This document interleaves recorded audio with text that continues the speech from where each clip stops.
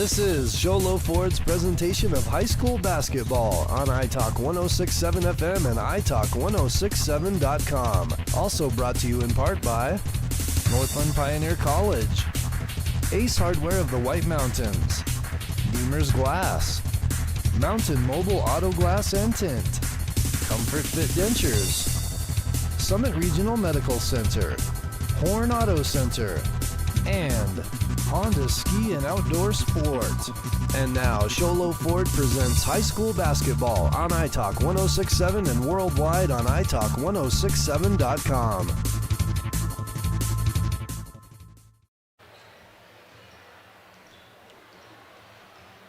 A very good evening from Snowflake High School, as this is Sholo Ford's presentation of high school basketball on iTalk1067.com, as the seconds are going to tick off here. And we're going to have the start of the boys' game featuring the home team, the Snowflake Lobos, wearing their white uniforms, blue outlined in black, and the Blue Ridge Yellow Jackets wearing their away blacks outlined in the traditional purple and gold of the Yellow Jackets. As we're going to stop here a little bit and turn it over to our public address announcer, Travis Flake, actually he's going to read a little bit, so we're going to go ahead and talk about our Ace Hardware keys to the game.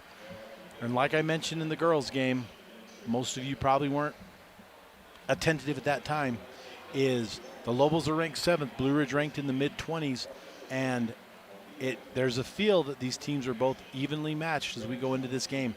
So the key to both teams is what basketball is: passing, dribbling, shooting, and fundamentals. As we are going to rise to our feet, and there's a problem with the music system here at Snowflake High School, so we're going to actually say the Pledge of Allegiance. We're going to take a break here. This is Sholo Ford's presentation of high school basketball on iTalk1067.com. Who sells the #1 truck in America? Sholo Ford.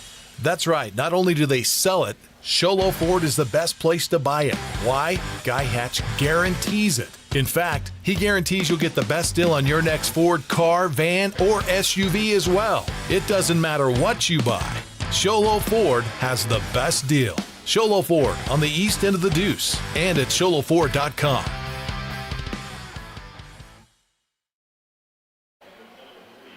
Welcome back once again to Snowflake High School, as PA address announcer Travis Flake is going to introduce the Blue Ridge Yellow Jackets. And as we just had our Ace Hardware keys to the game, this is Sholo Ford's presentation of high school basketball on iTalk1067.com. And the keys to the game, again, are fundamentals defense. Fundamentals defense, keep the ball, don't turn it over, make your shots, make your free throws, keep the ball on your end of the court. As now we go to our Summit Healthcare injury reports. Both teams, as far as I know, no season-ending injuries, and nobody even banged up. We didn't see any ankle braces or any knee braces or any forms of hobbling. So as far as our Summit Healthcare injury report goes, both teams are at full strength, very healthy. As again, we're going to have the Snowflake Lobos take on the Blue Ridge Yellow Jackets. Coach Claire's squad for Snowflake comes in as the home team tonight, ranked 7th in the rankings. And Coach Elkin's team comes in ranked. And you know what, folks? I probably should absolutely do everything in my power to look that up for you. As the Blue Ridge boys come in ranked.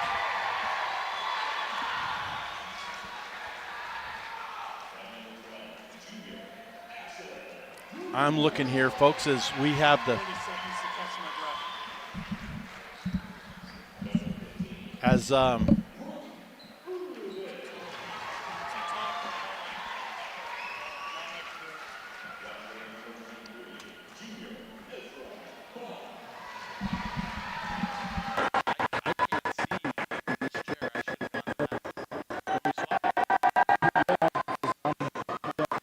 will be better for you.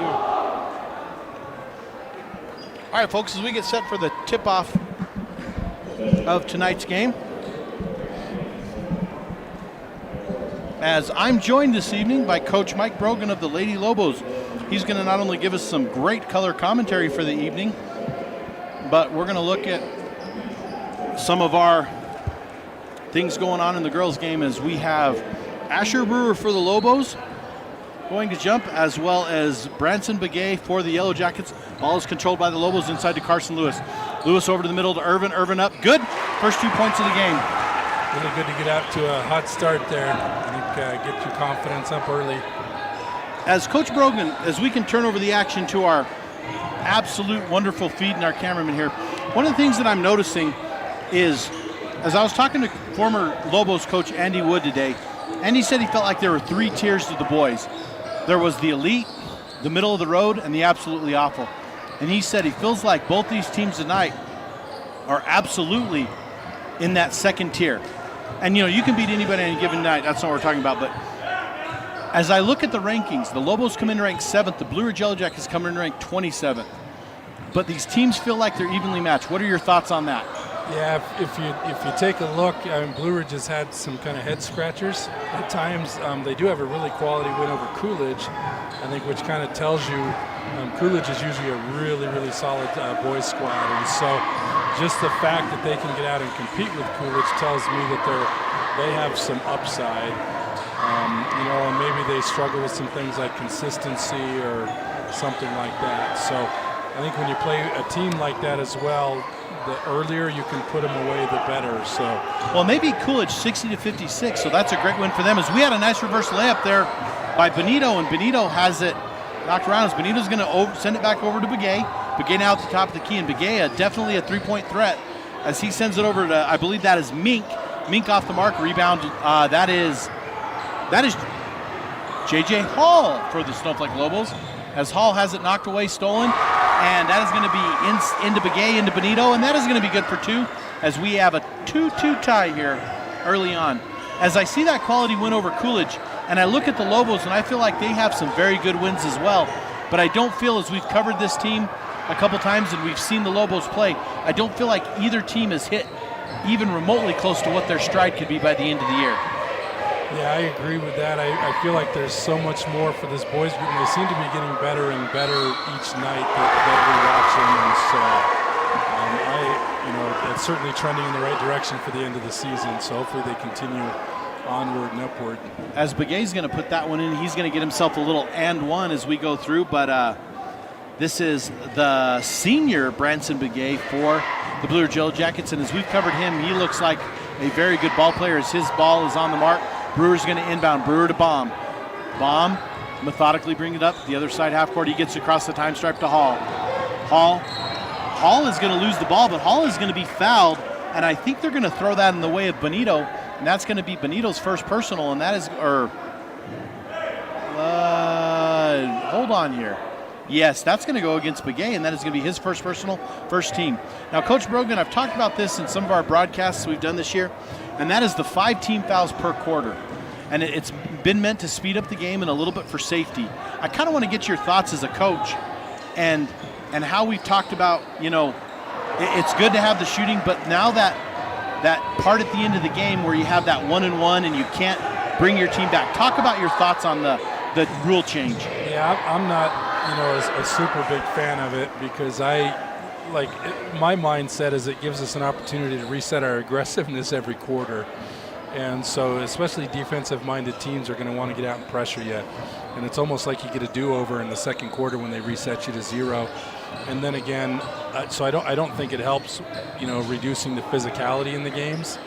And then at the end of the game, like you said, without that 1-and-1 opportunity, I think you're giving up some opportunities for teams to make comebacks. And, if you get down by 6 with a minute and a half left, it's a really tough proposition for you to get back in it. Well, that's something I kind of want to talk about a little bit, too, is we're going to have a shot clock violation as referee Mr. Quinn Ashton taps the top of his head, and he says, no, shot clock violation, as that's going to belong to the Snowflake Lobos. And so what I see from your team tonight is we can talk a little bit about your game is I see you're running in a fresh 5, and I know some people don't like that. I personally, it doesn't matter to me, but it seems like what you had tonight is you had a fresh group who had played together. They would come in with chemistry, and you didn't lose any physicality. So as I want to segue from that, talking about the team fouls and the free throws, I want to ask you about the physicality of your team and then the physicality in the game of basketball. Yeah, I think and it kind of gives us almost a multiplying effect, right, with the we're allowed to get out and get a little more physical when we're running 2 girls in or 5 girls in, 5 girls out. We did probably commit more fouls tonight than we'd like. but nobody was in foul trouble because we're rotating regularly, and it allows girls to be more aggressive and to really get after people. Well, from the look of the book, it looked like you had 9 girls scoring as Blue Ridge is going to bring the ball over. And whoa, we had Mink look at a long 3-point pass. He's going to bring it to Benito. Benito's going to back it up a little bit as Blue Ridge got to have 20 seconds on the shot clock as Bonito has it over on the far side. Benito drives, Benito puts it up, and that's going to be no good. Bodies fall, no foul called, as that's going to be rebounded by Irvin and ends up over to Lewis. Lewis, top of the key, to his right in front of the Blue Ridge bench. He goes up, puts it up. That's going to be no good, and we're going to get a whistle and a foul on the Blue Ridge Yellow Jackets as Lewis is going to go to the line to put a couple in. So, Coach, the physicality of the game of basketball. One thing that I've seen from your girls is a physical game. And by the way, Chloe Oberg was our Deemer's Glass woman of the game. Phenomenal job by her, the senior, the athletic senior, doing a great job. She does just about everything at this school. She plays volleyball, basketball, softball. She's in student council. She probably washes the towels after the game. But talk about the physicality of the game as well as your team's physicality and then what you see in this boys' game. Well, I think especially for us, we like to take the fight to our opponents, right? We like, offensively sometimes we're challenged, but that physicality, the defensive pressure, and tonight running 5 in, 5 out, one of the groups was picking up and playing full court, which really wears on the other team, wears on their ball handlers and things like that. The other team was playing more aggressive in the half-court situation, and so it allows us to give different looks. But I think with the multiple groupings, it allows us, like you said, and I think there's some mental benefit to it as well because you get a couple of minutes to refresh, recharge, and say, okay, this is what my job is. I get to get out and get after it, and that's what we try to take advantage of that. Well, from this boys team, what are you seeing as far as that physical nature goes? Yeah, and I think the boys are kind of wired in that same way. I think both the boys and the girls teams are pretty defensive-oriented squads, and they really want to get out and guard. Both of us are predominantly man-to-man teams, even though the boys have been mixing in. That's a really nice set play that they run on that back double screen. I believe that was Lewis in for the easy, but Blue Ridge still up 7-4 early in this game as we have 2 minutes. And one thing I've noticed about the Lobos, and people may be, I don't want to say upset about it, but when you look at their scores this year and all the scores in the 3 East, we're not seeing those high-scoring games. I mean, Blue Ridge had that 60-56 win over Coolidge that we saw, but we're not seeing the 60-point nights like we did even a couple years ago. Is that because the physicality and the defense is toughened up? Yeah, and I think some of it's philosophical, right? You got to have a matching offense with your defense as well. And so when you're defensive oriented, you're physical, you're wanting to go. Offensively, you tend to want to move the ball more, look for better shots. Like the Lobos did on that back door right there. Exactly. What did you call that, Coach? Well, I know they call it 23 is what their set play is called. So, and Coach Claire's been running that since we coached against him in the girls' game, 4 and 5 years ago. So we're very familiar with that set. And but it's a real nice back double screen that you can, if your ball movement is good, the timing is good, you can get some really good shots out of it. Here's Benito coming in, and Benito with a nice 13-foot jumper, and he hits the back of the rim and puts it through. Coach Brogan, I have all these questions as Ezra Baum's going to bring it to, that is Landon Clare at the top of the key.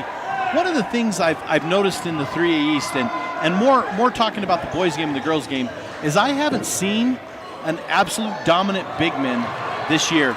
And so what do teams do in traditional basketball like we see up here to compensate for that big man in the middle? Yeah, it's a lot more player movement and three-point oriented, especially when you look at a team like Holbrook and Winslow especially. They try to spread you out and then really attack you off the dribble where, traditionally we'd spread you out and try to isolate in the post and throw it down into a post player. So now they use that dribble attack to try to attack the basket rather than the pass in through the post. And I don't know if it's the three-point line that's coming and kind of changed everybody's ideas and things like that, but it like you said, I know Sholo's got a pretty good post player, but outside. Is that Powers? Yeah, Preston Powers is a pretty solid traditional back to the basket post player. And Powers is just an outstanding athlete. That's going to be Dominguez get the ball on the far side, and that's over to That is Danford, with Danford's for checking the game. And referee Greg Chavez Jr. says, no, we're going to get a whistle and we're going to get a foul on that far side.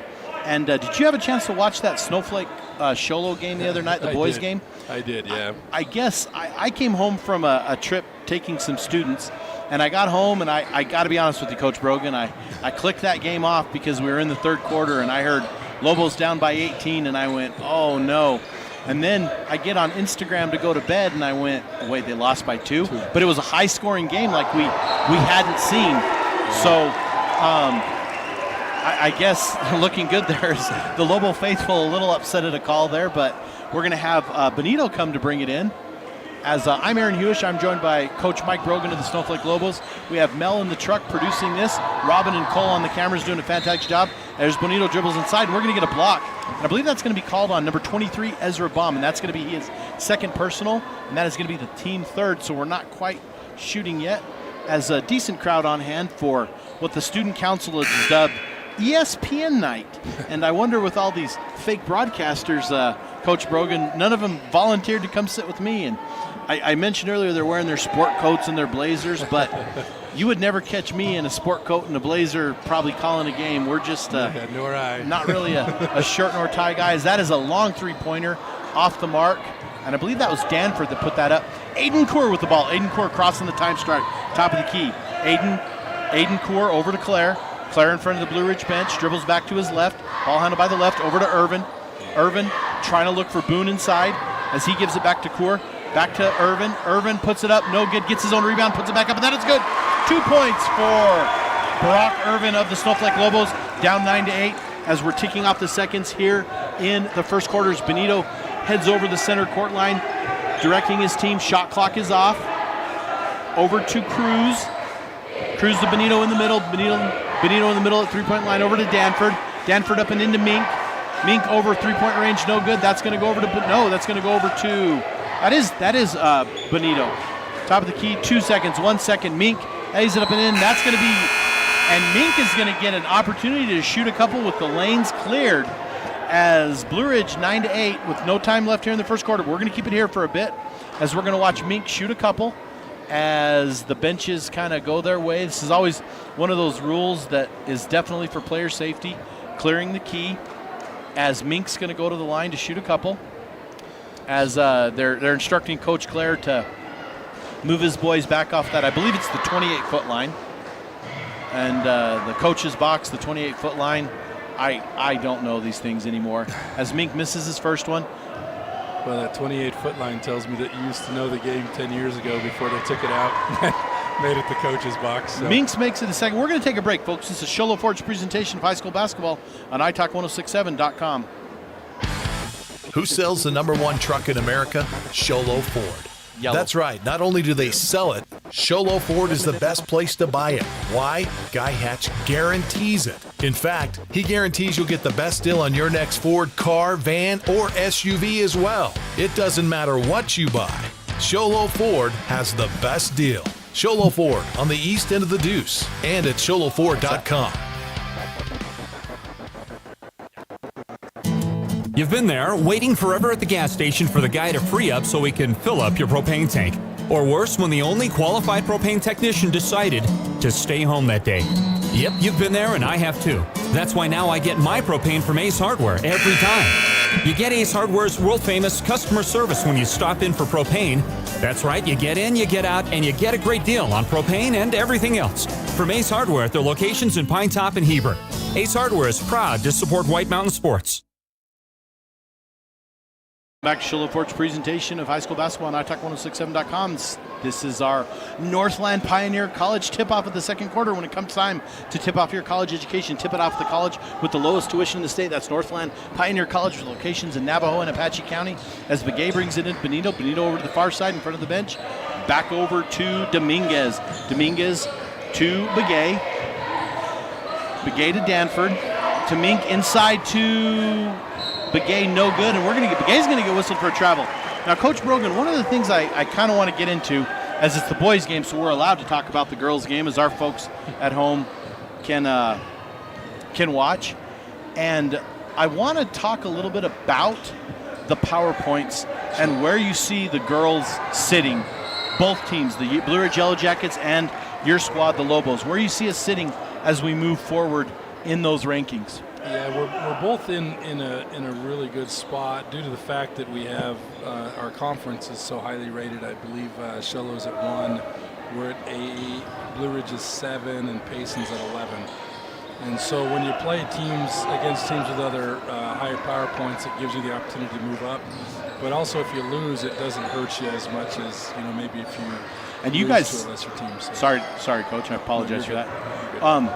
You're going to have a huge matchup with those same Payson Longhorns down there, and that is a tough place to play. That mini gym dome. I'm not knocking you Payson folks that are proud of it, as there's a long 3-point shot by Benito, and that is a Comfort Fit Dentures teeth-shattering 3-point shot for them. A Comfort Fit Dentures 3-point shot by Benito. As I go down, Coach, and I play in that dome, that is a hard place to play, and the atmosphere is loud. Yep. And you've seen them, and it's hard to beat a Coach Brogan team a second time in a row. But what are you doing to prepare your girls for that environment and that good Payson squad? Well, thankfully we played our tournament down there just before Christmas. So we've played 5 games in that dome already this year. And we actually won that tournament. We played really well in there. So our girls are kind of excited to go back. And that's fantastic. And they feel like it's a good shooting gym. It is really difficult to communicate in there with the echo and the noise and stuff, though. So it's a good environment and exciting for high school basketball. As Danford goes for a long 3-point shot, and it's no good, and we're going to get us a timeout. We're going to go ahead and take one, too. This is Sholo Ford's presentation of high school basketball on italk1067.com. Mel, go ahead. Hi, I'm Dr. Arno. I might not be comfortable on the basketball court, but I promise, at Comfort Fit Dentures, you'll feel comfortable, always. Comfort Fit Dentures has dentures starting at $499 with payment plans, and they have 2 labs, meaning you get your dentures in days instead of weeks. Call Comfort Fit Dentures today to schedule a free exam and x-ray. 928-888-0002. 928-888-0002. Welcome back to Sholo Ford's presentation of high school basketball on italk1067.com. As I'm Aaron Hewish, joined by Coach Mike Rogan of the Snowflake Lobos, as he's given us a little bit of an insight on playing down in Payson next week. A very tough matchup for these Lady Lobos. But, Coach, obviously the Sholo Cougars have kind of risen to the top a little bit. And one of the traditional powers, the Holbrook Roadrunners, is on a downswing right now. But you still got to go over there and play Holbrook in that environment, that gym. And you know Coach Greg Perkins is going to have his Lady Runners set to play again. And so no game in your future is a gimme right now. No, we play in Payson. We play Chinley at home next week, and then Sholo at home. And so next week is tough, and then we finish the season at Blue Ridge and at Holbrook. And so it's going to be a tough chore for us to get all 5 of those, but that's certainly what our goal is. And if we play it to our potential, we'll have a shot to win all of them. There's Mink with a try for a 3-pointer, no good. Claire with the long rebound. Claire up court to Lewis. Lewis goes in, and Lewis is going to have it swatted away by Mink, and that's going to fall out of bounds. And Mink's telling referee Quinn Ashton, hey, I got it off him. And and Mr. Ashton just simply points at the line and said, son, use on the line, as Aiden Core is going to inbound the ball. Core to inbound.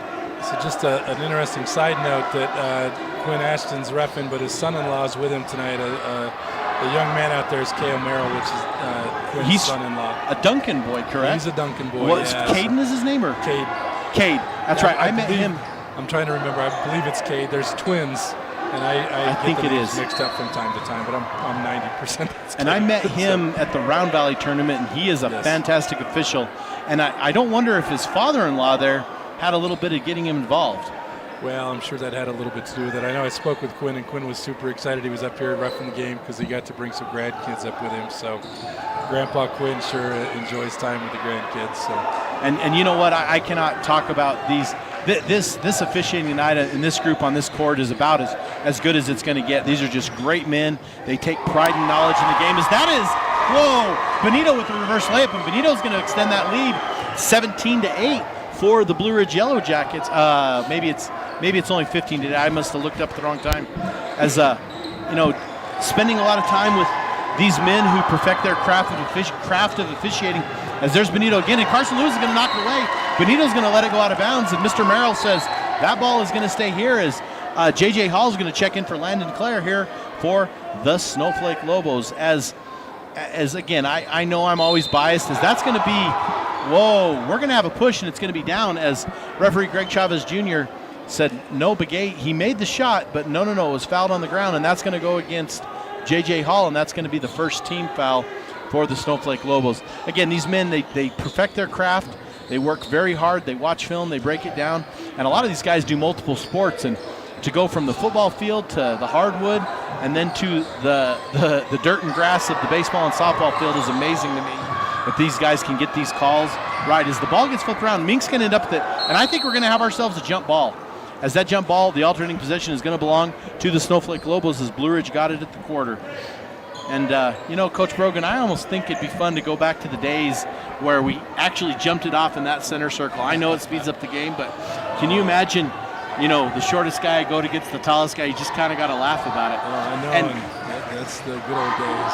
My understanding is that at the beginning origins of basketball, after every shot, they brought it back and jumped it. I believe that as Hall's on the outside, over to Lewis. Lewis back to Hall. Hall looking inside to Brewer. Brewer reverse, and Brewer's going to get fouled, and that's going to belong on the out of bounds as we watch our replay here, as Brewer gets a little shoved in the back, as the foul's going to go against, that's going to be number 24. That is going to be Ralph Dominguez is going to be whistled for his second, third team. Lobos down 7, and I got to think, Coach, as Benito and Brewer, actually that's Begay and Brewer, exchanging a little bit of arm in arm, watch him there, as he's going to get whistled, and they're going to call that an intentional. They're not going to call it a technical. And I'm going to see if we can get that on replay, because I think Asher Brewer might be headed to the Academy Awards for that one. And that's no offense to Asher, but it was a little bit of an exchange and a little bit of exchange, but the guy who retaliates is always going to get the foul. Yeah, and especially when you extend your arms like that, and it's for everybody to see, and the crowd reacts to it and stuff. But, something like that, Blue Ridge has got all the momentum right now, and a play like that can certainly flip everything to the Snowflake side. Well, and Begay, as we've covered these Blue Ridge Yellow Jackets, Begay has been an absolute force for them, and you hate to see something like that this early in the game, because we still got a good chunk of the second quarter to play as the Lobos are down 7, as Brewer comes up negative on both ends. Is he going to get the ball? Yeah, I'm surprised that that's his third foul, and Begay, they've left him in. Lewis is going to shoot one. He's not going to get credit for it because he did not call the bank shot. No, I am kidding, folks. 15-10, Blue Ridge leads as Begay goes inside, sends it outside to Mink. Mink at the free throw line. Intended for Begay, but it's going to be knocked away. Stolen. However, Brewer goes to pass it, and it's going to be stolen by Begay, and he sends it over to Danford. Danford, now Benito controls it. 30 seconds on the shot clock. Back over to Begay. Begay kind of looked like he might want to have that. Over to Danford in front of the Snowflake bench. Danford to Benito, back to Danford. Danford, NBA range. That is a Comfort Dentures three-pointer, and that is absolutely dangerous to let a team like these Yellow Jackets get hot. As Solik's going to give it to J.J. Hall. J.J. off. He sends it to Brock Irvin. Brock Irvin lays it up for 2, 18-12. 2 minutes and 45 seconds left here in the second quarter from the Den at Snowflake High School. Great job by our replay team as Mink gets it. Mink over to, that's Danford. Inside to Bonito. Bonito up, no good. Rebounded by Baum. Baum's going to take the ball and dribble it. Baum sets it on the court, crosses the time stripe. Baum at the top of the key, over to the far side.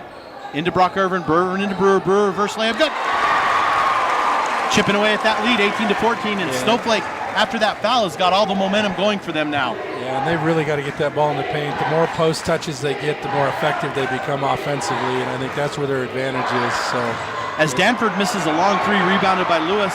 Lewis goes in. Lewis is going to be almost uncontested by Begay, and the Lobos cut it within 2. And I look at Coach Kirby Elkins over there for the Jackets, and I thought we were going to get a timeout, but I don't get inside the coach's mind, but I felt a timeout there was something that the Yellow Jackets needed. As Benito goes inside, sends it in. No! That is going to be intended for Harris. Harris is going to put it up, but Harris is going to get the ball, and he's going to have it whistled as a jump ball.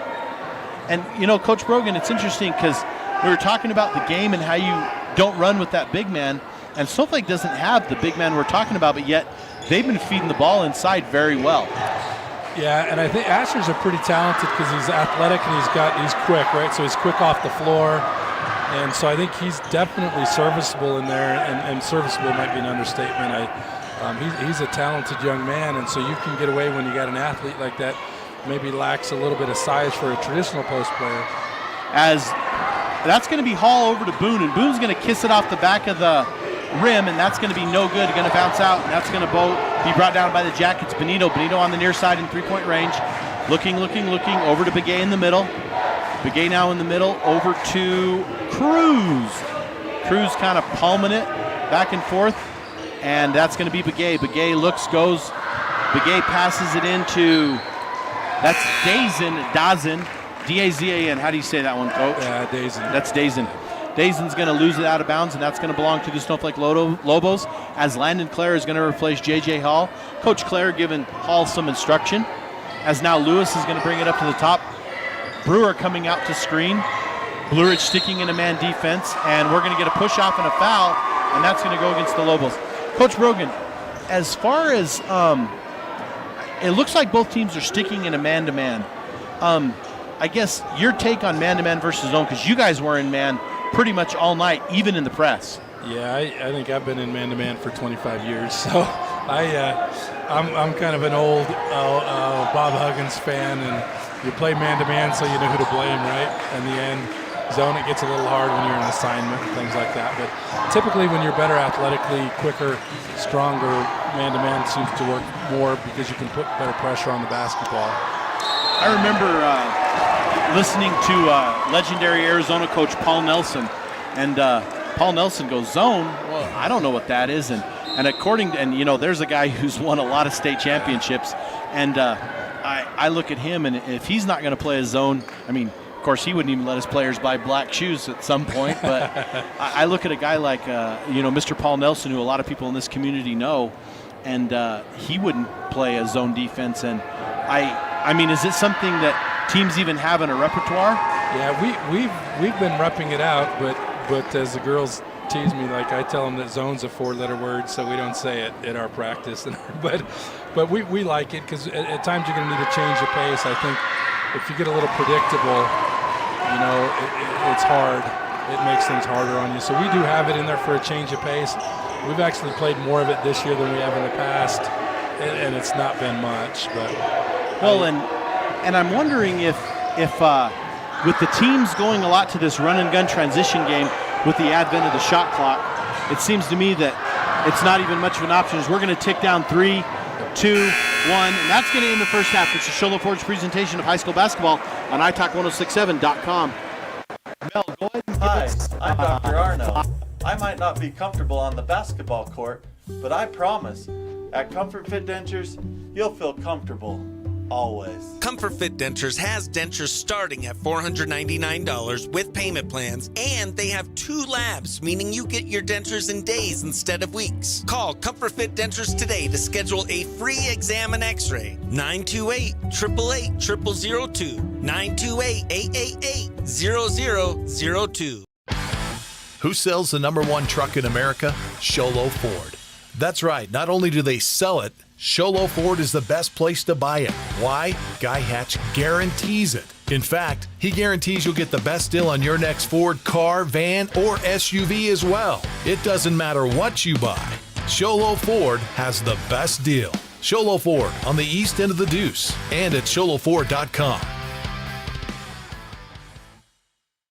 When you think glass, think Deemer's Glass in Lakeside. Deemer's Glass offers the best selection of quality glass with affordable prices. They do full home window packages, replacement windows, custom shower doors and enclosures, custom mirrors in many shapes, styles, and colors, glass doors and hardware, commercial glass for buildings and offices, skylights, screens, fire-rated glass for your fireplace or stove, window film, and more. Visit Deemer's Glass today on Porter Mountain Road in Lakeside or call 1-888-GLASSMAN.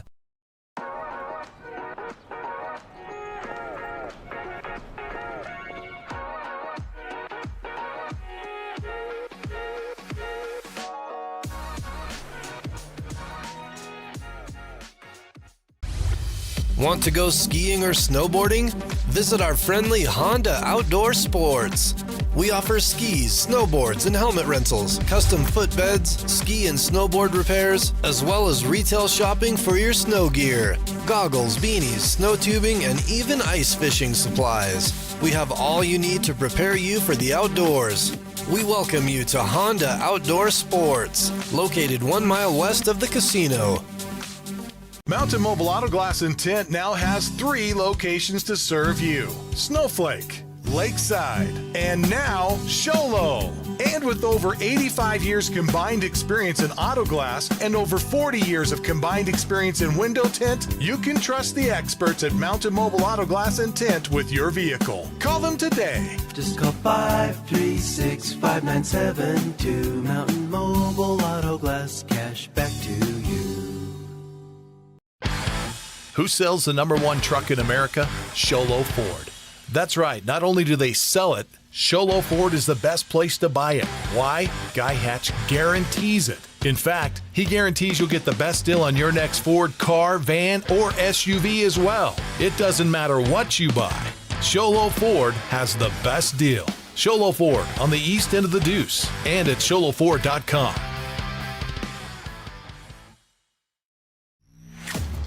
Winning takes focus, preparation, and support. Keep focused on your dream career while saving thousands in tuition costs at Northland Pioneer College. We're here to support your goals and see you succeed. Visit npc.edu to see our programs. An academic advisor will get you on the right path to achieve your educational goals. Northland Pioneer College, expanding minds, transforming lives. At Summit Healthcare, you'll find a level of care you might not expect from a rural hospital. We've recently received 5 stars from CMS, a prestigious ranking that less than 5% of facilities in Arizona earned. Our cancer center has proven its level of advanced care with a national accreditation from the Commission on Cancer. And we continue to add more doctors and services so that you don't have to leave the mountain to find the care you need. At Summit Healthcare, we're elevating care here at home. Who sells the #1 truck in America? Show Low Ford. That's right, not only do they sell it, Show Low Ford is the best place to buy it. Why? Guy Hatch guarantees it. In fact, he guarantees you'll get the best deal on your next Ford car, van, or SUV as well. It doesn't matter what you buy. Show Low Ford has the best deal. Show Low Ford on the east end of the Deuce and at showlowford.com.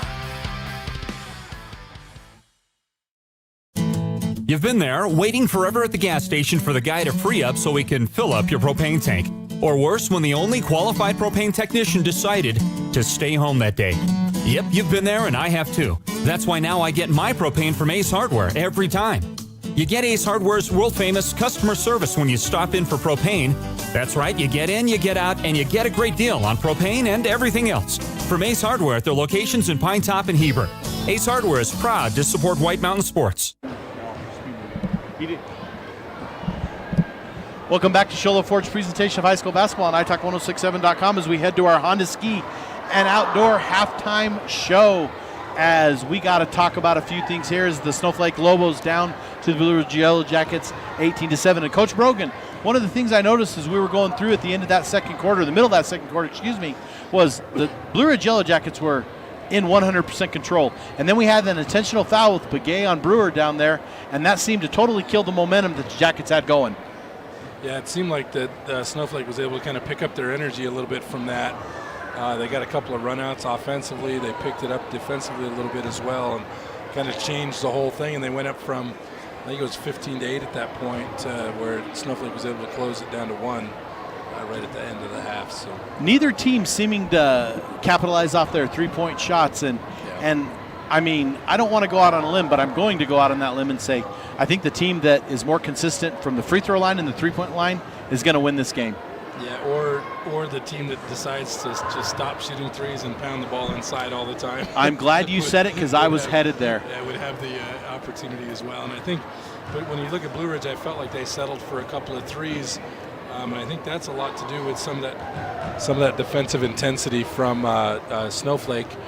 At times when you're being guarded that hard all the time, you just start settling for shots. And I felt like, Blue Ridge took a couple of those 26, 28-foot threes that are pretty low percentage shots. And so I think that's some of the benefit of that defense intensity and physicality all the time as well.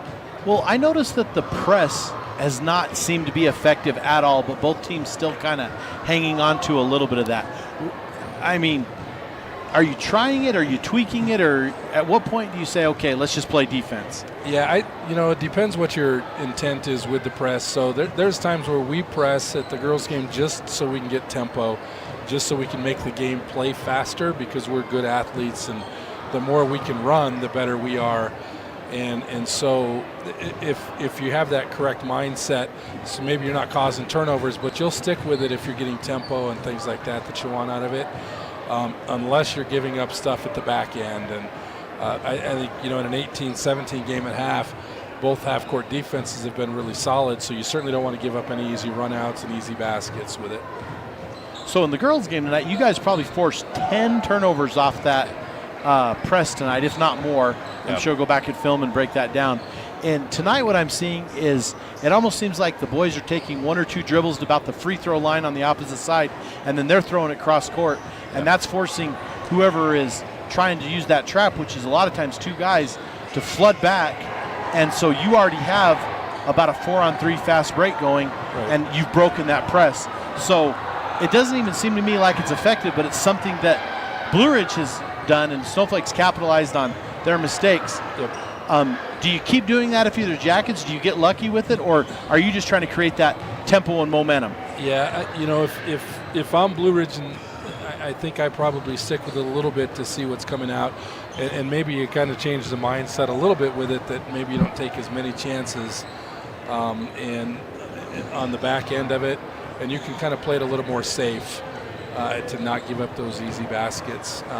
We typically almost always stay in our man-to-man when we press, just so we can not give up any baskets, and it gives us the ability to help on the backside. I understand. I understand what you're saying. Well, I guess the all-important question is, as we go into the second half, what do the Jackets have to do? What do the Lobos have to do to come out victorious? I think they just both need to be a little more patient offensively. They got to get the right players' touches.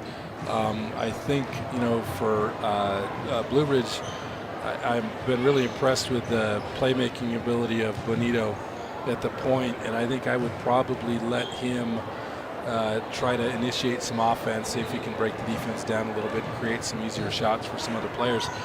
As far as Snowflake goes, I think every time they get a post entry or a post touch, they end up with a really good offensive possession, and so they need to continue to take those runouts in transition when they can get them.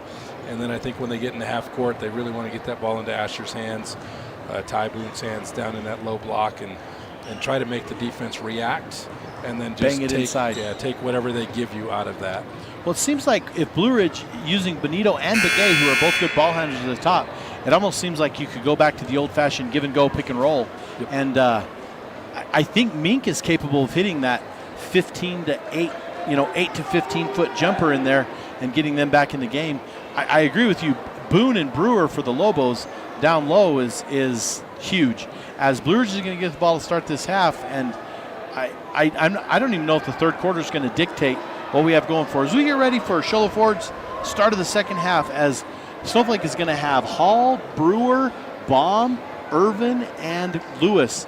And for the Jackets, we have Cruz, Bonito, Begay, Dominguez, and Mink on the court, as Blue Ridge is going to get the ball opposite the table at the time stripe, as Cruz inbounds it, and we are underway to Bonito.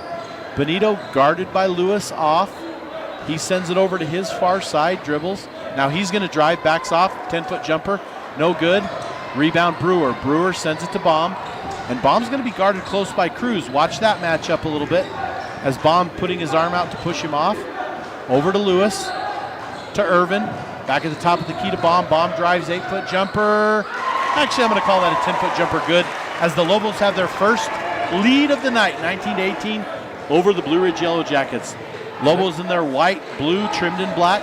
Blue Ridge in their black with their purple and gold, the traditional colors of the Blue Ridge Yellow Jackets. As we're going to get whistle and a foul, and the foul is going to be called on, I believe that's going to be Baum, and that's going to be his third, as Coach Clare is going to send in Landon Clare. And the foul is going to be on Begay, but Begay, nothing shooting, so Begay inbounds it. Over to Cruz. Sorry. But that was a really good job by Ezra getting that ball, not settling for that jump shot, and getting 2 feet in the paint, getting a really good, high-quality shot. Disappointing that he picked up that third foul after starting out so well. You know, Coach, as Ezra was dribbling that ball down, too, I noticed he had his hand out being guarded. There was an emphasis last year with the hand check by the defense. Is the offense allowed to have that hand out to guard? Or is that a gray area? Yeah, it's kind of a gray area. I don't think it's called very often unless you extend that thing out. So as long as you keep it, maybe in an L shape or what we would call an arm bar position, I think you're going to be okay. But if you extend it, I think, though, what it does do is it does bring a lot of attention to what's going on there, and it does make you a little more likely to get called for. As there's definitely an interesting exchange. Is going, saving, out of bounds. Ends up with Brock Irvin as we watch it here. Saved. Brock, rebound, good. 21-18, Lobos up as Benito here on the far side. Benito's got to create those opportunities, like we said, as Benito sends it up, and that's Cruz. Cruz for 3, and that is no good. And Coach Brogan, that is something you brought up in our Honda Ski and Outdoor halftime show, is maybe give up the 3-pointers. And it's been, did Blue Ridge even make one in the second quarter? I'm not sure. They made the one long one right in front of Coach Clare over there, but that was the only one they made. So as far as I know, they're about 1 for 9 or 10 from 3-point shooting as I check my stats here. And you certainly want to have it as a threat, but at some point you got to understand what's effective and efficient for you. Well, my high school basketball coach, and I wasn't fortunate enough to play basketball because I wasn't very good, but I was involved with the team and kept the book for 4 years for our varsity squad. A man who I consider a mentor and a friend, coaching, guy by the name of Bill Goodwin. Bill Goodwin used to say, you live by the 3, you die by the 3. And it looks like Blue Ridge is kind of going in that direction tonight, and unfortunate for them as they need to do something to get some points on this board as 2 minutes have ticked away in this quarter. Bonito the ball at the top of the key. That's going to be stolen, knocked away, stolen by Brewer. Brewer long court in, and Brewer's going to just have it. And almost a miscue on defense as Brewer just turns around and puts that up for an easy 2 as the Lobos extend the lead 23-18. Yeah, Coach Elkins better get something good here. They're starting to lose a little bit. Mel, the scoreboard's gone. Is that normal, or did something happen?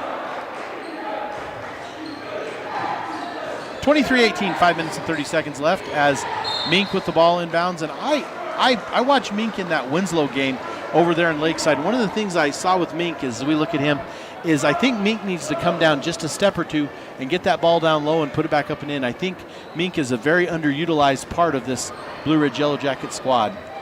Yeah, I mean, even if he didn't get a score in there, they've gotten 2 fouls when they've thrown that ball in there, and so there could be some long-term benefits even if you're not scoring. Well, Bonito's a senior, Begay's a senior, Mink's a senior, Cruz is a junior, Dominguez is a senior. So this is a very senior-heavy Blue Ridge Yellow Jacket squad, and the Lobos have a senior on the court in Carson Lewis, a junior in Aiden Kaur, a junior in Asher Brewer, a junior in Brock Irvin, and a sophomore in Landon Clare. Right now, as you go down the Lobos bench, they have 3 seniors on the team, Ty Boone, J.J. Hall, and Carson Lewis. So the Lobos not only trying to play for this year, but they've got a pretty bright future ahead for Coach Clare and his squad. As inbounded to Brock Irvin, Brock over to the middle to Carson Lewis. Carson Lewis, reverse layup, no good. Bounces off the back, rebounded by Cruz. Cruz now with the ball, bringing it across half court. Cruz crosses, now he brings it to the middle, 26 seconds left on the shot clock. Cruz bringing it to the middle, directing traffic. Mink right at the free throw line. Now over to Begay. Begay dribbling, now Begay's double teamed. Begay lifts it up to Bonito. Bonito inside reverse layup, good! And that is exactly what the Blue Ridge Yellow Jackets needed to take some ownership back of this half in this game, as Claire's going to cross it across the middle. Cross it across the middle. I'm not sure that that's what I need to be saying. I'm going to say brings it across the middle is what I meant. And there's Lewis. Lewis going to have it knocked away as Mink's going to get it, and Brewer, I think we see if we can go to a replay there, because it looked like Brewer reached down and got tangled up with Mink. As there's Lewis gets it knocked away, there's Mink. As Brewer goes down, and it looked like Brewer kind of incidentally collided with Mink, and he went down on that ankle, which is going to force Mink to come out, as Mink's going to need to get that checked out by a trainer, as that's a huge loss for the Jackets, as now Carlo Harris checks in. Boy, they're really small now. As I'd be surprised if anybody over there was at more than 5'10". I don't have heights, but I think you're right, Coach, as Benito, Cruz, back to Benito. Benito, three-point shot, no good. Rebound, Pregame, and that was a great job by Pregame of getting a rebound. Pregame gets a rebound, fakes it, goes to Harris. Harris, the sophomore guard, puts it up, and Blue Ridge back in business, down by 1. So offensively, Snowflake really needs to take advantage of the size matchups and the advantages they have. I would really expect to get Asher a touch here in the post. As there's Coor over to Brewer, Lewis on the far side. And Lewis picks it up. Oh, Lewis off the back of the rim, but Lewis gets his own rebound, pushes it up, and now it is good. And, Coach, that's nothing but, I don't know how much time Carson Lewis spends in the weight room, but he obviously spends a little bit because he was able to put that one back as we watch a great job of it on the replay. We're going to go ahead and take a break. This is Shola Ford's presentation of high school basketball on italk1067.com. Go ahead and give us a minute. Hi, I'm Dr. Arno. I might not be comfortable on the basketball court, but I promise, at Comfort Fit Dentures, you'll feel comfortable, always. Comfort Fit Dentures has dentures starting at $499 with payment plans, and they have 2 labs, meaning you get your dentures in days instead of weeks. Call Comfort Fit Dentures today to schedule a free exam and x-ray. 928-888-0002. 928-888-0002. Who sells the #1 truck in America? Sholo Ford.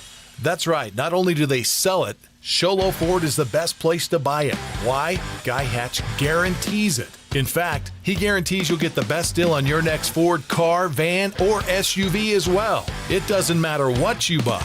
Sholo Ford has the best deal. Sholo Ford on the east end of the Deuce and at sholoford.com. Welcome back to Shola Ford's presentation of high school basketball as Arielano Cruz goes in, puts it in, and that brings Blue Ridge down 25-24, down by 1, as we're joined here by Coach Mike Brogan on Shola Ford's presentation of high school basketball on italk1067.com as we have the Blue Ridge Snowflake game, and this is a rivalry, folks, I believe goes back to the 50s when Blue Ridge became Snowflake we hadn't had Sholo yet. Sholo was built in the 70s, I believe. So this Snowflake Blue Ridge rivalry has been a long time coming and a long time going. As we mentioned over at Holbrook last week, some of the oldest rivalries in the state. We talked about Blue Ridge Round Valley. We talked about Bisbee Douglas. We talked about Winslow Holbrook possibly could be up there. We talked about Ray Hayden has been around forever. Coach, any of those you want to add to in these long time great Arizona rivalries? Well, I am, being a Southeast Arizona boy, I know that the Bisbee Douglas is the longest running football rivalry. I think they're well over 120 years now. I think it's about 124 is what I read, and I have a relative who, my dad participated in that game once upon a time. I had a grandfather participate in that game once upon a time, and that was pre-World War II time. So a lot of great rivalries in this state, a lot of great rivalries in this area. I remember when I was growing up, there was a time where you would look at the old AIA program, and from like 81 or 82 to like 2000, there was either a 3A East team in the championship or a runner-up of the football game, and that's just amazing. Of course, you had Snowflake in the early 90s, then you had Blue Ridge go on their run, and then you had Sholo, but in the 80s you had Snowflake, you had some Blue Ridge. It's just, these small-town rivalries are a great thing, great to see, and these boys taking part in something good as Ty Boone gets a long court pass from Carson Lewis, and that puts the Lobos up 3. 2 minutes and 16 seconds left. Don't go anywhere, folks, as we're going to have ourselves a pretty good fourth quarter looking like, as that is a give and go, and that's the give and go we talked about, and that is, I believe that was Cruz to Harris. Give and go, Lewis with the ball, up 1, 2 minutes left. Yeah, Blue Ridge has found a little bit of offense with this smaller group. Looks like Snowflake's struggling a little bit to match their quickness on the defensive side, so they're getting good basket attacks. Well, and Mink getting that ankle taped, but I think you're right, Coach. I think they found a little bit of chemistry with this group as Harris gives it over, Bonito, and that's Pregame. This is Cruz for 3, no good, rebounded by Harris. And Harris, not a big guy, but he grabbed that rebound uncontested and put it back, as we're going to have a foul. And I believe they're going to call that on number 24, which is odd because I almost thought it belonged to Pregame. As Begay's pointing at himself, not sure why, but that is the third team foul. That is the first on number 10. That is the first on Dylan Brown. Yeah, Pregame certainly doesn't want his fourth foul. Pregame does not want his fourth foul, as actually they called that on 10, but no, they called that on 24. They ended up calling that on Dominguez because I didn't think there was a 10 out there. The scoreboard had left, so that is 24. That is Dominguez's fourth, as we have Mr. Merrill whistling another foul, and a lot of I don't think the Blue Ridge faithful particularly agreed with that, but we're never going to agree with 100% of the officials. But again, I will defend them. They're doing a great job. And again, though, that's one of the benefits that if you consistently throw the ball inside, you're going to get foul calls on things like that. It'd be just because it invites contact. And well, we were having that conversation the other night at the game, and one of the things you brought up is there are officials that you kind of know how they make some of those calls. Right. And you know that if you can get your ball to the girls in the paint and get a drop step, they're going to get a foul. And I'm not saying anything against the officiating. I'm saying that's what they're seeing. That's what they're calling. Take advantage of it. And that's good coaching right there. As we have Landon Clare on the far side goes. Landon Clare dribbles up and good. 3-point lead for the Lobos. Just over a minute left here in the third quarter. As stay tuned, folks. We are set for a pretty good matchup in the fourth quarter. As Benito dribbles. Benito looking out to Cruz. Cruz back to Benito. And we haven't seen Pregame get involved in the offense as much as we did that first half. As much as we have in the previous games against Round Valley and Winslow, Pregame has not been involved. But I look for Pregame to get involved as the leader that he is on this team. As Pregame has it, sends it over. Good job to Harris. Harris off the mark. Rebound, Boone. Boone with the rebound. 34 seconds left. Shot clock is barely below the game clock, which we don't see very often. So fresh shot clock as Clare goes, and Clare's going to get called for a traveling. Thinking that, I'm not sure exactly. Coach, can you go through the turn of events? I didn't remember. I couldn't tell exactly what I was seeing there. It looked like Clare had the ball on the hand, knocked it, and yeah, it looked like he got bumped a little bit, or the ball got bumped a little bit, and he kind of had a stumble in there. But I mean that's a pretty tough call, and a lot of times as an official, when you see just kind of different footwork and different motions than what you're used to seeing, it kind of triggers some calls for the travel and the double dribbles and stuff, yeah. And so that, nonetheless, Blue Ridge's ball with a chance, although not a good chance of the way they've been shooting, to get that ball up. Is I'm going to say that, and it's going to be a good three. No, it's off the mark. Rebound, Clare. 10 seconds. Shot clock is off. Here goes Clare, crosses the time stripe. Clare's going to get bumped, and Clare's going to get fouled, and that is going to be the 15th foul of the quarter with 5 seconds left, and Clare's going to go to get a chance to extend this lead here in the third quarter by that. I almost want to call that a ticky-tack foul, Coach, and I'm not saying the referees call that a ticky-tack foul. I'm ticky-tack foul by the Blue Ridge on being lazy and not playing defense with their feet. Yeah, he got his body up into him outside, and you're going to get called for that more times than not when it's out in the open. And Coach, I'm not trying to be critical here, but man, free throws have been a struggle for both Lobo teams tonight. Goodness. And here goes Clare with the second one. Thank goodness he made that one so I can mute my point, but it's been a rough night at the line. The Lady Lobos struggled tonight, as that's going to go off. Folks, as Ty Blue's going to send it, and that's going to be no good. We're going to go ahead and take a break. This is Shola Ford's presentation of high school basketball on iTalk1067.com. All right, Mel, give us a minute. Mel and Mike on the mic. Who sells the #1 truck in America? Sholo Ford. That's right. Not only do they sell it, Sholo Ford is the best place to buy it. Why? Guy Hatch guarantees it. In fact, he guarantees you'll get the best deal on your next Ford car, van, or SUV as well. It doesn't matter what you buy. Sholo Ford has the best deal. Sholo Ford on the east end of the Deuce and at sholoford.com.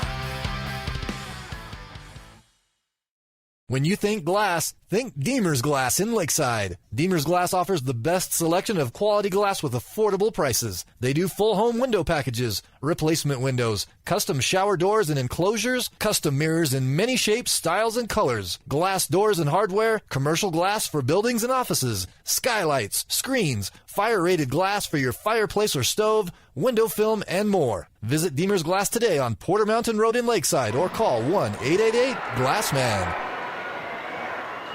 Welcome back to Show Fort's presentation of high school basketball on iTech1067.com. I'm Aaron Hughes, joined by Mike Brogan, Coach Mike Brogan, joining us here, the Lady Lobos coach. We have Mel in the truck, Mel West running the audio and technical, Robin and Cole on the camera doing an amazing job bringing you this game. This game is not possible without the technical crew and their tireless work and know-how, as the Lobos are going to get the ball according to the alternating possession.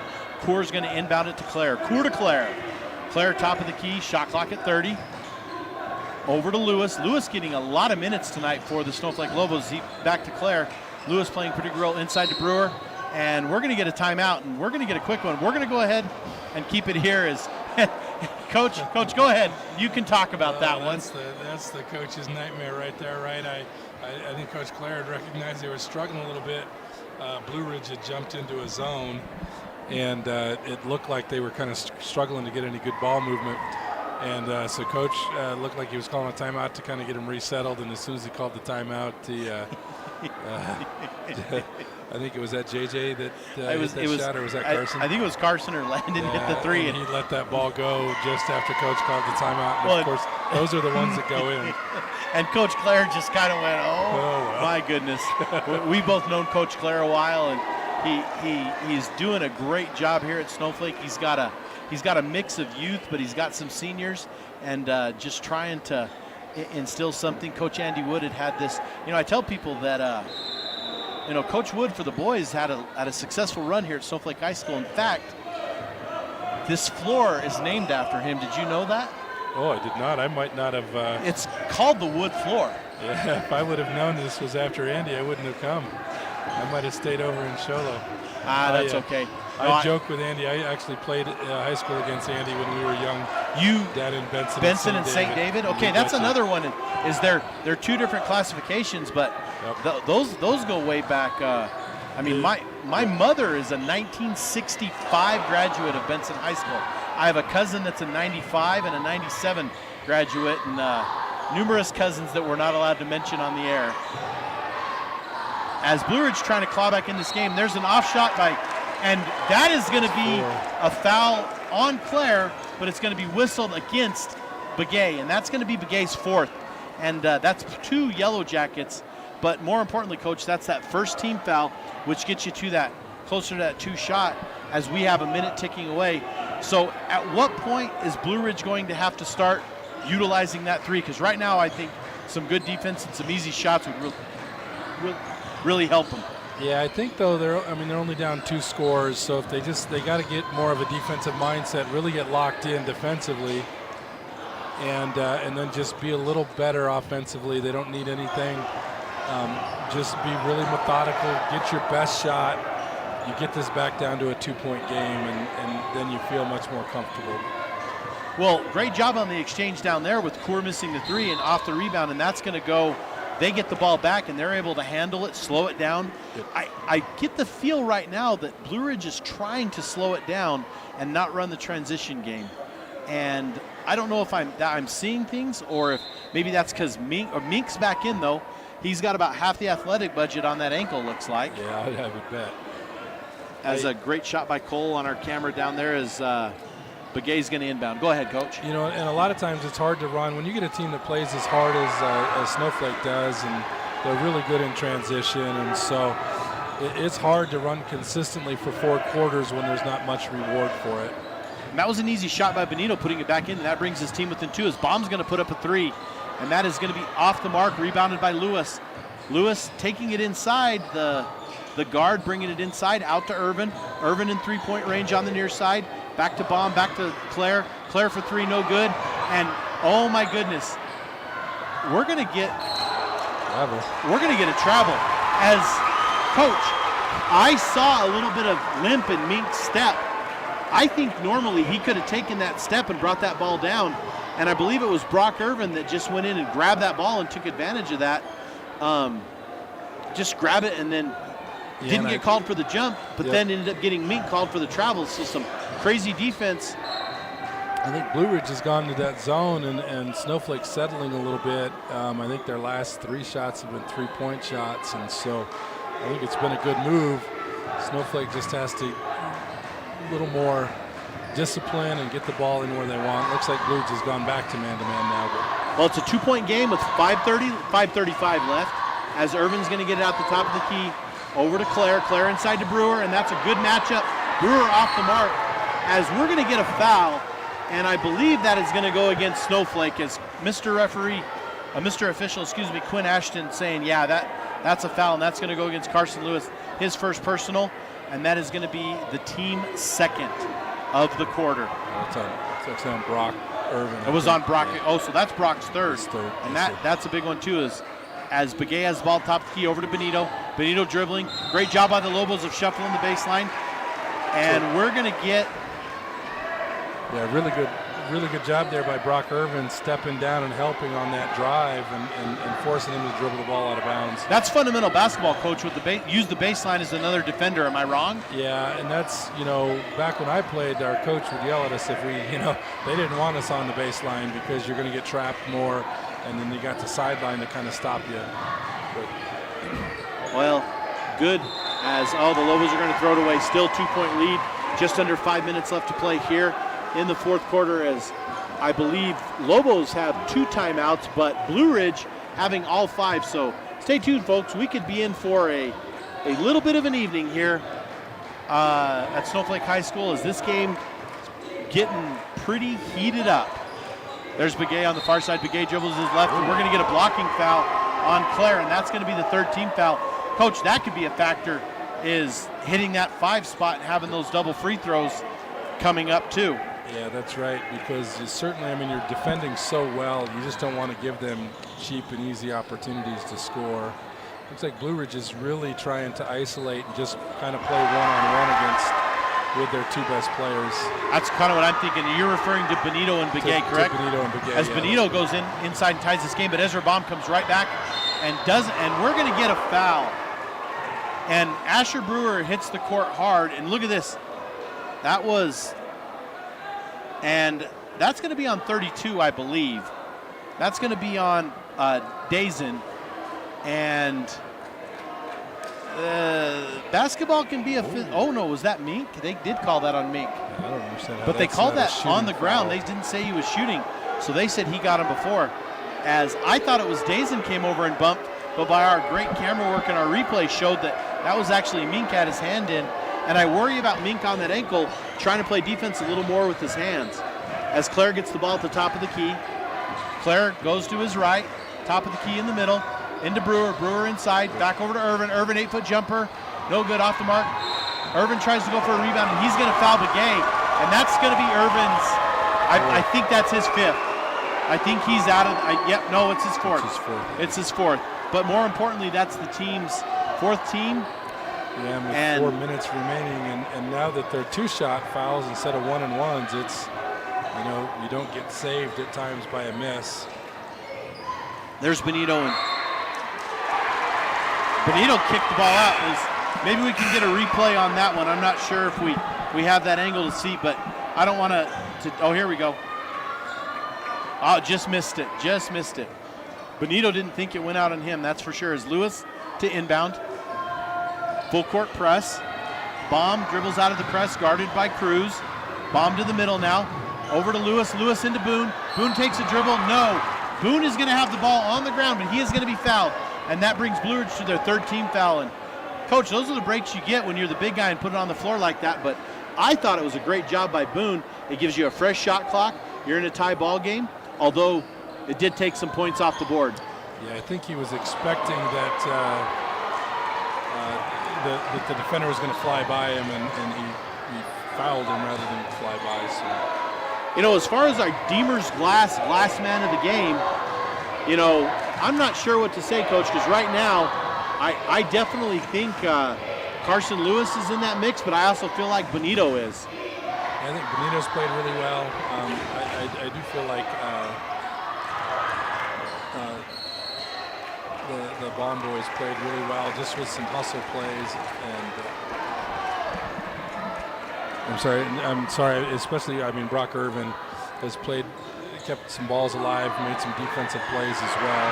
Well, I think Brock's aggressiveness has really helped the team, and so I got to agree. Is right now Brock Irvin's in that line for our Deemer's Glass man of the game, and we got to talk about real quick before is our Horn Auto Center drive of the game, and I'm still going to go with that little exchange down here where they got the intentional foul on Begay on Brewer, even though Brewer made it shifted the game and tightened it up. So those are our two in line on our Honda Ski and Outdoor postgame show.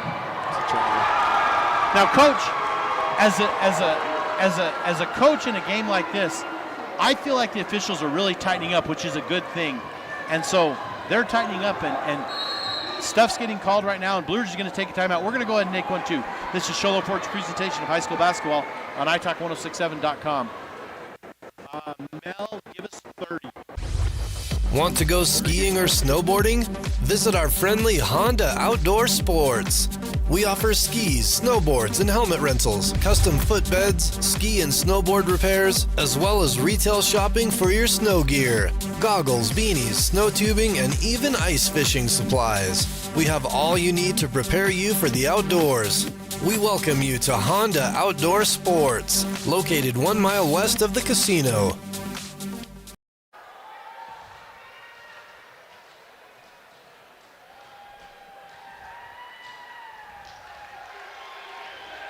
Welcome back to Sholo Ford's presentation of high school basketball on italk1067.com. 34-34 ball game with 3 minutes left here in the fourth quarter. And we have a good one, folks. Again, not the high-scoring game that we've seen over the last 10 years, but we've also seen some buckle-down defense. And right now we're seeing a very tightly officiated game. And I think that right now, Coach, that doesn't even favor anybody because both teams have 4 team fouls and both teams have major players with a lot of fouls. Yeah, and so what you're wanting to hear is it's 3 minutes, tie game, and nobody can foul. So you just want to be disciplined. You want to guard without fouling. And the team that does that best is probably the team that's most likely to win. As Benito has the ball on the top, Benito sending it to Cruz. Cruz over to Mink. Mink on that bad ankle. Doesn't matter. Mink gets it back. Benito looks for a 3. No good. Spin move jump. Out of bounds. It's going to stay here. And Blue Ridge is going to have 8 seconds on the shot clock. As we get a glance from our angle of the ESPN night in the Snowflake student section. These theme nights are getting a little interesting, Coach. Yeah. Begay brings in the ball to Cruz. No, to Dominguez. Dominguez to Mink. Mink over to Begay. Begay, 18-foot jumper. No good. Shot clock off, but didn't matter. It hit the rim. Rebounded by Baum. Baum over to Lewis. Back inside to Baum. Baum muscles his way, no good. Rebound Brewer. Brewer is going to be fouled, and that's going to be a 5th team foul. So no matter what, we're putting him at the line. But what the important thing now is going to be on who that foul is on, and that's going to be on Caleb Mink. And in just this last little exchange, Coach, he's had 2 quick ones called on him. And although I don't want to discredit, but when Mink had that ankle is when Blue Ridge made their run to get back in the game. And so when Mink got back in, he's kept it going. So it makes you wonder if there's even some tricks up the sleeve as they come back. As there's the rebound by Begay. Begay on the far side. Now Begay brings it inside. Sends it Benito. Oh my goodness. Benito goes in. Easy layup. And he's going to be fouled. And Coach, that might be on Asher Brewer on a reach-in. It is. And that is going to be Asher's 3rd. So some of the Snowflake starters getting in as Brewer's going to take a break, as well as Kaur. And we're going to bring in Irvin and Boone. And I like this lineup for the Lobos. I liked it with Brewer as well. But this one is the one that helped them play some good D and crawl back in. Brewer's done a very good job at getting the score, though. So some missing pieces, but I like what Coach Clare was able to come up with here. Long court pass to Carson Lewis. No ball. It's going to be on the ground. Isn't going to matter because we're going to shoot a couple. 2 minutes left here. Blue Ridge up 37-34 as Carson Lewis is going to go to the line to shoot 2. And as you mentioned earlier, that free throw bugaboo seemed to bite again as Asher missed those 2. These are 2 big free throws here. from Carson, and so let's hope he can get it done. I like the lineup both teams have in the game. I don't necessarily like it more, but what's impressed me is Brewer goes out with some foul trouble, and Coor's done a great job too, but they replace it, and this 7 rotation right here is helping carry him through. Makes his first, misses second. Rebound is going to Cruz. Cruz is going, and that's going to stay here. That is going to be Lewis, hits it off of Mink. Ball falls out of bounds. That's going to belong to the Snowflake Lobos with a chance to tie it or possibly go ahead. As that was a great job by Lewis, as it barely is out of the reach of our cameraman. Lewis inbound to Irvin. Irvin, 8-foot jumper, no good, off the mark. Rebound, Benito. Benito's going to get called for an offensive foul. So that's going to be a player control foul, so we're not, or are we going to shoot it? Yeah, they're going, I think they called that on Boone. They did call it on for Boone. A body bump, and so Benito's going to go to the free throw line here. It's Boone's first 15, so that is not against the Jackets. My mistake, Coach. I've been known to make a lot of them. Well, so again, we've been Snowflake's been 1 for 4 here, and let's see if Blue Ridge can make some free throws. They got a chance to extend this lead and make Snowflake uncomfortable. But Benito misses the first one, and I guess a little bit of pressure here. These free throws become a little harder. As he misses both, and that's huge. As he's going to get whistled for a foul, as the officials are really tightening up, and I mean, it doesn't make for the flow of a game, but I really like how it is just called where both teams are having to play defense and not. That was an obvious reach for Benito, and that's going to be his 4th, and that is their 6th team. So Baum's going to shoot a chance to tie it. Baum off the mark. Well, and I think Benito had missed those 2 free throws, and it was just a reach out of frustration, right? And it was. And we try, and for years and years, it seems like as a coach, you've tried to tell your kids, don't make one mistake turn into 2, but it's hard for them emotionally sometimes. As Baum's going to make his second one and bring the team within 1, and now Aiden Coor's going to check in. And I love this matchup coming in with Aiden Coor because Aiden is 100% physical. He is quick, he's physical, and he's really going to help. We're going to take a timeout because there's a timeout on the court. This is Shola Ford's presentation of high school basketball on italk1067.com.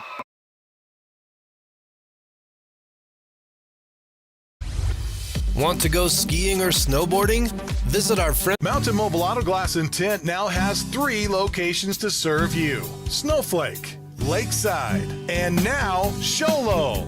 And with over 85 years combined experience in auto glass and over 40 years of combined experience in window tint, you can trust the experts at Mountain Mobile Auto Glass and Tint with your vehicle. Call them today. Just call 536-5972. Mountain Mobile Auto Glass, cash back to you.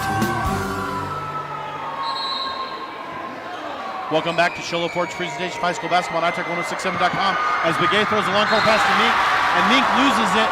And Mink's going to go out of bounds and roll right into the Snowflake student section for his ESPN night highlight, except he didn't save it, poor guy.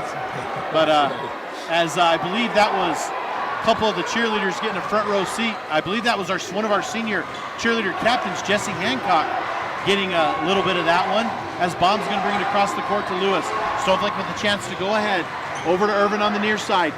Irvin back over to Claire. Claire to Coor. Coor to Baum, back to Coor. Coor to the top of the key. Coor drives and delivers. And we're going to get an offensive foul on Coor. And that is huge because that gives Blue Ridge a chance to go in. It doesn't allow them to shoot because it's a player control foul. And it potentially could have been Begay's 5th on that. And it was a really bang-bang close play and a really hard one to officiate. Coor is definitely the aggressor in that picture, but looked like he did beat the defender to the spot, in my opinion. But it's a tough bang-bang play, and having these officials calling it tight is just the way it's going to be, and this game's close, and somebody's going to have to rise up here in this last minute as Blue Ridge is up by 1. Yeah, if I'm Begay with the ball at the top. Yeah, sorry, Coach. If I'm Blue Ridge here, I'm really going to want to work the clock a little bit, get this thing under a minute, and really work to get the best shot that we can. And 10 seconds on the shot clock, 8-7. Begay ends up, Begay gets it stolen away. Blue Ridge has to put it up. 2-1 on the shot clock, and that is good. And that is Jason Benito for 2. And that puts the Blue Ridge Yellow Jackets up. Coach, we're going to go ahead and keep it here for the end of this game. 51.2 seconds left. The Blue Ridge Yellow Jackets with 39-36 lead, and a very lively crowd here at the Den, pushing this game to a conclusion that we have no idea what's going to happen.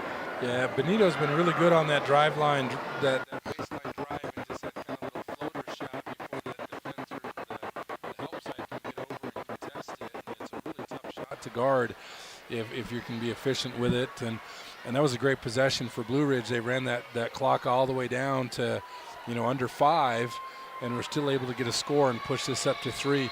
That really moves the pressure onto Snowflake here. As a coach, my mindset here is about just getting a basket, not really worrying about the 3 points, not worrying about the time. But if I can kind of get a score here, even if it only is a 2-point basket, cuts it to 1, that's really going to flip and put pressure on the other squad.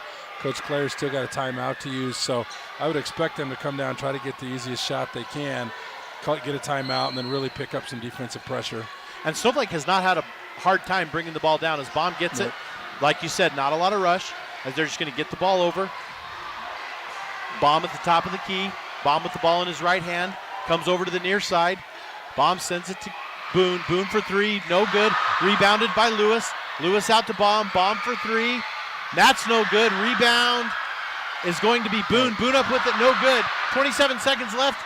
And that's going to go out of bounds. And that is going to belong to the Blue Ridge.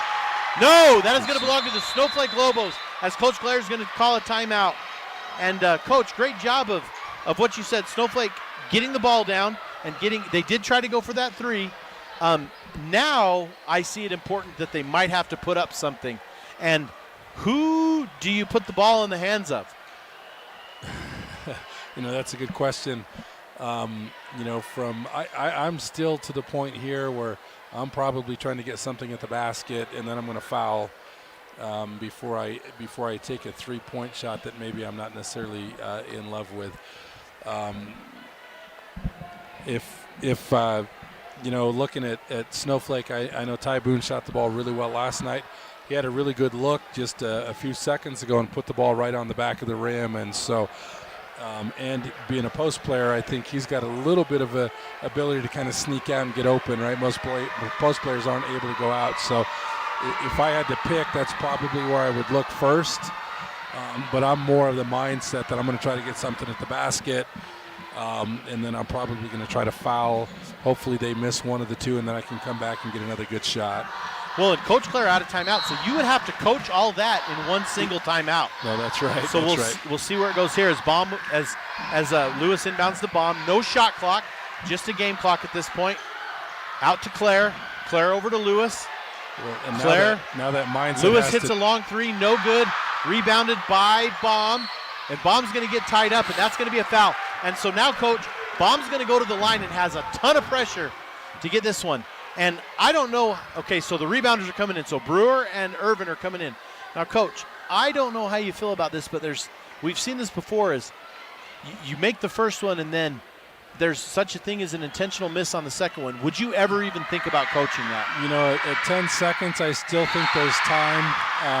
What I would be telling my 2 subs coming in right now is, look, we're either making the free throw, getting the rebound, or fouling, trying to get the rebound, just so we can keep the 10 seconds on the clock and put them in a situation where they got to come down and make 2 free throws to kind of ice the game.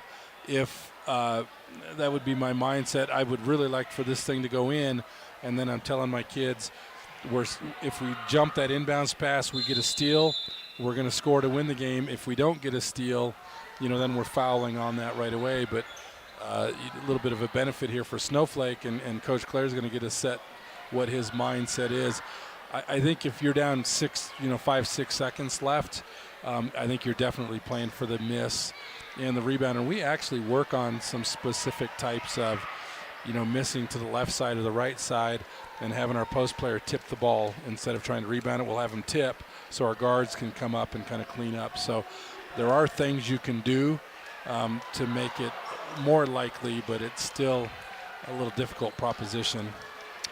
Well, as we saw that here, Harris was called for blood, and the Blue Ridge coach ended up taking a timeout, and he took a full timeout. That's why we're having our presentation here as we're keeping it here. And to your point there, Coach, good timeout to use to get the blood and keep your player in the game, because you can do that in basketball, but gives the other team an opportunity to huddle as well. Yep. And if you're Coach Clare, your thought process is going through, so see what the boys do, but you can tell the boys everything, but it's an execution thing. Right, and with 10 seconds, the crowd's been loud. It's a really tight game. I mean, you hope for the best. Here's Baum to shoot his second free throw. First one was good. Snowflake down 2. Baum is good. 1 point lead for the Jackets. Jackets inbound the ball as Begay's going to go. Begay's going to get fouled by Baum, and Begay's going to go to the line with 6 seconds left. Now, exactly what you had brought up, Coach. So they're playing it to a key on what you would be doing. So right now, you're hoping he misses one. Right. You have no timeouts, so you've coached your players through this in practice and in timeout. Right. So Begay in a pressure-filled situation. Here's Begay's first one.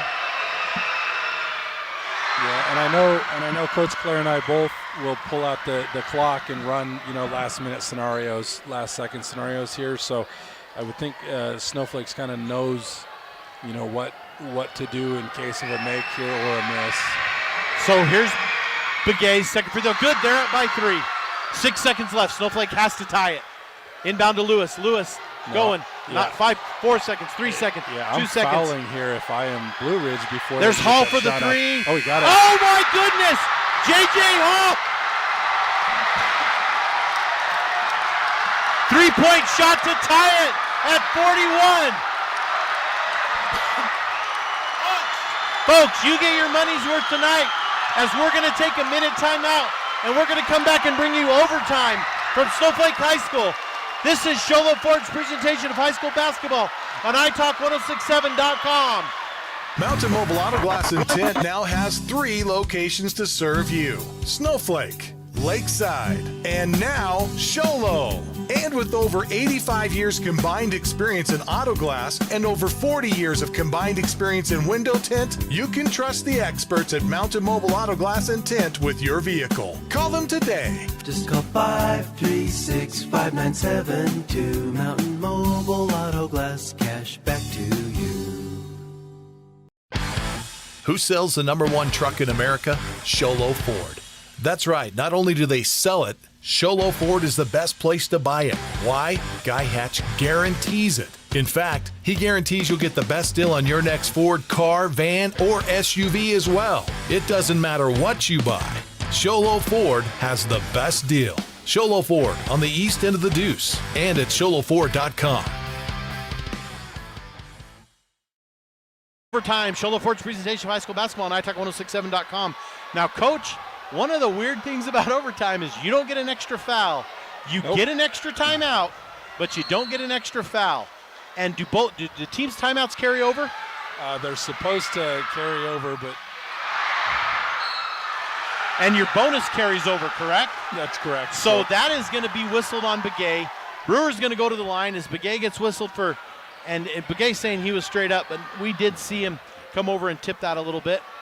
As I'm going back, Coach. I'm going to go back and I'm going to hit it again. That Benito-Brewer exchange where the intentional came totally twisted the momentum. And if Blue Ridge wins this game, they got to be able to look back at that and say, not good. Yep. If they win this game, they got to look back and say, what did we do to cause that to go bad for us? As Brewer misses the second one, rebound Begay. As both teams have lots of players in foul trouble, Benito's going to cross it over. And it's really important here that Blue Ridge gets something good. They're kind of, the momentum is all with Snowflake after that big shot. And a foul on that is going to give them exactly what they need, right? Well, and allow them to kind of settle a little bit. I believe that is going to be Baum's 4th. But Coach, if I'm Blue Ridge and I have Benito and Begay, I have Mink, I'm almost thinking I want to drive that lane every time, because every time they do, they've gotten fouled. Yep. Yeah. As Begay misses first one, because the way this game is and the fourth quarter is played out, that is a close foul. No good. Rebound Brewer. Brewer over to Lewis. Snowflake up 1, 42-41. Baum on the far side. Baum next to his bench. Coach Clare right there giving instructions. Back screen set here, and it looks like they didn't get that. Blue Ridge played it much better this time. Lewis at the free throw line. Over to Irvin. Irvin inside to Brewer. Brewer reverse layup. No good. Rebound is Mink. And Mink waiting for him to clear the ball, but Brewer tried to get in to get that jump ball. Didn't happen, and now Benito's going to have it. Benito on the near side, crossing the time stripe, guarded by Lewis. Benito goes in, and no foul called on Irvin. Great defense by Brock Irvin, as now it goes forward, misses off the hands of Baum and belongs to Mink. Mink, they're going to let Mink bring it up. I think Mink's going to bring it back to Begay. Sure enough, he does. Down 1. 2 minutes and 56 seconds left here. As Begay goes, Begay moves in. Begay drives, and Begay hits the ball and is going to get his and one, Coach. Yeah, and it's just, I think Ezra was just a step late getting over and got his body in the way, and there was contact, and it's a tough call, one that doesn't get called often, but tonight it definitely has been, and so, you got to be aware of how the game's being officiated and be able to kind of adapt to that. Well, Begay goes to the line to get his and one. Coach Elkin's pretty excited over there on his bench as Begay, both teams struggling with free throws, and that's going to be off of Mink. But no. Looking at our replay here, it looks like that might have gone off a Lobo, as the Blue Ridge pointed pretty confidently their way. Snowflake wasn't sure, so ball's going to belong to the Yellow Jackets. Great job by them, as the ball belongs to Begay. Begay out in three-point range. Begay with a 1-point lead over to Mink. Cruz with the ball. Cruz on the near side, dribbles to the middle, sets it back up for the Benito in the middle. 21 seconds, 20 on the shot clock. Plenty of time for the Jackets. As Benito over here.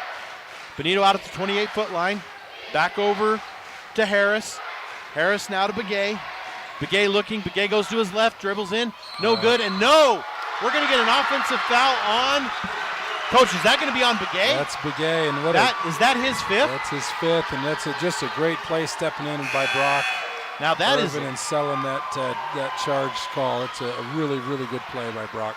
Coach, kind of Benito's done a great job, but Begay has definitely had a good game. As Trevor Byers, we saw Byers a lot against the Round Valley Elks, and Byers done a great job. We haven't seen him tonight. Lewis inbounds the ball to Claire. Snowflake with their ball handler. Well, yeah, looks like they have two ball handlers in. They have Claire and Lewis. Claire back over to Lewis. Lewis to Kaur to Irvin. Kaur loses the ball, but tosses it inside. Pass. Irvin, wide open pass. That's going to be blocked by Mink. Ball goes to Byers. Byers now to Cruz. Cruz on the far side, crosses over the midcourt line. Gives it back to Benito. Benito now directing traffic with Begay out of the game. All Blue Ridge has to do is methodically get ourselves an easy bucket. Goes, sends it over to Cruz. Cruz looks to Byers. Byers back out to Benito. 13 seconds, 12 seconds. Plenty of time on the shot clock, and we're going to get a foul. We're going to get a foul on Aiden Kaur on the court, but that is still going to allow Blue Ridge to go to the line and give, I think it's going to be Benito, a chance to extend this lead. Great job by our replay team of getting that one. I'm Aaron Hewish. I'm joined by Mike Brogan, Shola Ford's presentation of high school basketball on italk1067.com. And this is a Mountain Mobile Auto Glass free throw. Mountain Mobile Auto Glass. As we'd like to thank our sponsors, 8 Hardware, Comfort Fit Dentures, Deemer's Glass, Summit Healthcare. First one is good. Honda Ski and Outdoor, Northland Pioneer College, Horn Auto Center. And that was a make Mountain Mobile Auto Glass free throws. J.J. Hall checking in for the Lobos, checks in for Kaur. Well, and again, these free throws are really big because it feels more comfortable to be up by 3 than by 2 in this situation because nothing, a shot can't beat you. Well, Benito makes that second one, and the Achilles for both teams has been free throws, and Benito sinks both of those and gives his team a 3-point lead. Minute and a half left to play. Blue Ridge up 3, 45-42. As Hall goes to the middle, Hall, nice easy floater, good. And Hall is just saying, he must have called the bank shots way before the game started because that's his second one as Hall brings the game within 1. 29 seconds on the shot clock. Benito to his left. Benito now over to Byers. Byers back to Cruz. Cruz now at midcourt, just past the 3-point line, into Byers. Byers to Benito. Benito looking to direct traffic, taking the place of Begay. Benito not being able to go to his normal range. Benito's 16-foot jumper, no good. Rebounded by Harris. Off the mark, and Snowflake with a chance to get a lead here. As Claire brings it down. Into Hall. Hall, good. Hall misses off the mark. Rebound Brewer. Brewer puts it up, good. And Snowflake takes the lead with 41 seconds left. That's a really good decision there because Hall was open for that 3-point shot. We haven't been shooting it real well out there, but he was able to get to the basket and give Brewer an opportunity to rebound that. As we're going to get whistle, we're going to get a foul, and we're going to get a shooting foul. Blue Ridge with the chance to not only tie it, but go ahead here. 29 seconds left at Snowflake High School, as the Snowflake faithful wanted a travel. I didn't think his bags were packed and he was traveling, Coach. No, and he did get bumped in there, and we were a little too handsy, right? Like what I would call handsy. We just, if we play less with our hands, more with our feet, get a little better in that situation. But hey, Blue Ridge with a chance to tie it and possibly go ahead. Well, and this is what's great about high school basketball, right? They're not professionals, and so you get a lot of, no one's perfect to close the game out, and it sure makes for exciting things coming down the stretch. Well, Benito's 4 for 4 down the stretch right now, and he does miss. We have a tie ball game, 29 seconds left. Ty Boone with the rebound. Oh, my. As we are going to get a whistle, and that's going to be a foul on Harris. As the clock kept running, and I don't know. We might have a replay on that. I would be curious to see where the clock went to. I don't know if we can back that up and see it, but I think it was about at 26. Looks like. Okay, so it was at 26 and it kept going. Oh, that's right now. That's a current shot. So we can't really see it. So they put 26 back on. So as Boone misses the first one, tied 46-46. Yeah, really big free throw here for obvious reasons, but as Blue Ridge is going to take a timeout. We're going to take a 30-second timeout, coaches. Folks, this is Sholo Ford's presentation of high school basketball on italk1067.com.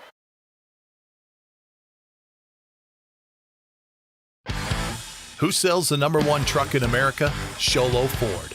That's right. Not only do they sell it, Sholo Ford is the best place to buy it. Why? Guy Hatch guarantees it. In fact, he guarantees you'll get the best deal on your next Ford car, van, or SUV as well. It doesn't matter what you buy. Sholo Ford has the best deal. Sholo Ford on the east end of the Deuce and at sholoford.com. Welcome back to Sholo Ford's presentation of high school basketball on italk1067.com as we are now having Ty Boone at the line to shoot a Mountain Mobile Auto Glass free throw. We also forgot to mention that J.J. Hall into the game with a Comfort Fit Dentures teeth-shattering bank shot three-pointer to send us to overtime. As, Coach, it looks like Snowflake is going to clear the key. What is the advantage of this and not just leaving two down low and clearing the key in this situation? Yeah. Oh, it looks like they are going to bring two down. At least they're bringing one. I think in this case, you're just wanting to make sure you don't foul. Okay. Maybe you want to show some confidence in the shooter, like, hey, you got this. And the timeout, Coach Clare probably said, all right, Ty's going to make this shot, so let's not foul. So you'll put your guard down in there to be able to pick up the inbounds pass and apply some pressure on it. But as Ty Boone misses his second one. But I think with the way the game's been officiated, it's, do you want to risk a foul down there on an offensive rebound? I would expect Blue Ridge here to try to hold this thing and get this thing down in the last shot. Certainly you want to be aggressive defensively as Snowflake, but you don't want to reach and slap and give them something easy. As Benito's going to drive, it's going to be knocked out of bounds and it's going to stay. Coach, I like what you said about Coach Clare telling Ty Boone to, with that shot, and we have confidence in you in clearing the lane. Like Coach Norman Dale said to Ollie in the section finals.